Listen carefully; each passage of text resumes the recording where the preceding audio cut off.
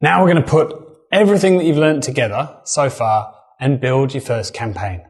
So up until now, remember I said that I didn't want you to log into Google Ads just to find a piece of paper or a whiteboard or a spreadsheet and you've jotted down ideas for some headlines and some descriptions. That's your ad. What we didn't talk about there is which page on your website do you want to send people to. So together with each ad, you're going to have what's called a final URL. So that's just the URL or the website address of the page on your website that makes the most sense. Where are you going to send somebody when they click on your ad? So that's your ad. And then we've got a whole bunch of keywords and we broke those down into different themes. We've talked about campaigns and ad groups. That's the container. The campaign is the container that holds everything. And the ad groups are the buckets within that container. Remember, each bucket holds a few keywords and an ad. That's what an ad group is. And we've talked about bids.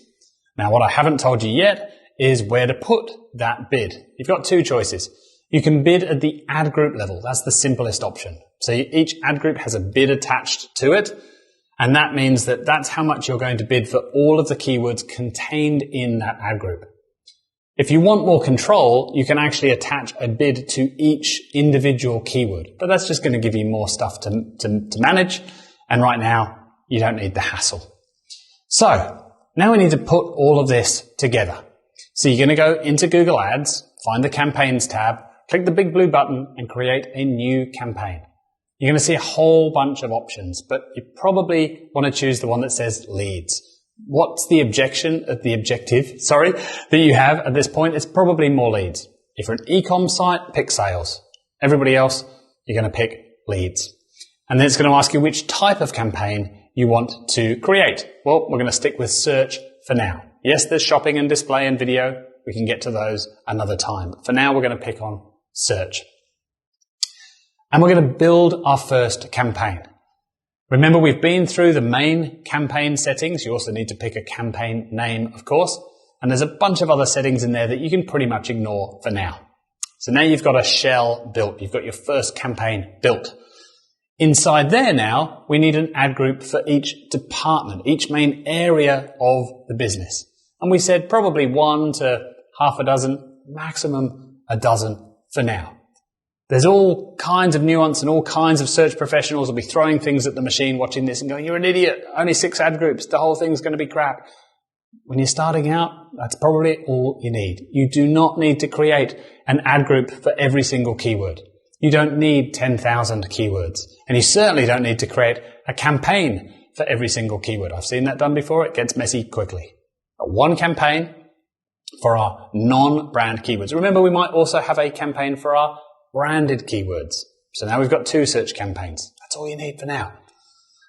We've got different areas of the business. I've used some bizarre examples. Doors, windows and shower screens, I think it was.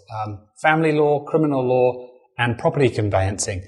What are the main areas inside your business? How do you need to talk to different groups of people differently? That will determine, for now, the number of ad groups that you have. And then inside each of those, we're going to have 1 to half a dozen, maximum 2 dozen, very, very similar keywords. If the keywords aren't similar, then you need to split them apart into 2 different groups. Remember our dogs and puppy example. Might be the same area of the site, but if people are talking about this differently, if they're searching differently, then we might need to create 2 different ad groups because we want the ads to say different things. They may end up going to the same page on our website, but we might need 2 different ad groups so we can use different ad copy. So we've got one campaign, we've got a few ad groups, and inside each ad group, we've got a few keywords, we've got a bid, which is attached to the ad group, and we also need to go and find the ads tab inside of our Google Ads account and add 1 or 2 ads. We're going to use a text ad for now. We're not going to use a responsive search ad yet. You might want to test that and play with that yourself. But to begin with, we're just going to choose a text ad. And remember how I got you to write 2 text ads, for each of your main themes, each of your ad groups. You're going to add a second ad to each. Now, this isn't the perfect way to test anymore in 2020. but it's good enough for now to get you started. So now we've got a campaign, we've got some ad groups. Each ad group has got a bid, some keywords, and some ads. There's a lot more nuance, obviously, to Google Ads, but this is Google Ads fundamentals. I just want to get you up and running for now. A couple of other things to talk about here. Please don't start running ads until you have some form of tracking set up. So make sure you review the module on measurement, data and tracking, and make sure you have some form of tracking set up before you set your ads live. You've got a control that's very, very important to know. And you can, for each campaign in your account, you can pause or enable each campaign. So for now, when you create it, immediately go hit pause, because maybe you've already set up billing, but maybe you haven't set up tracking yet. And so really, we probably should have set up tracking before we got to this point, but go with it. We're going to create a campaign, we're going to create our ad groups, but set the campaign at least to be paused.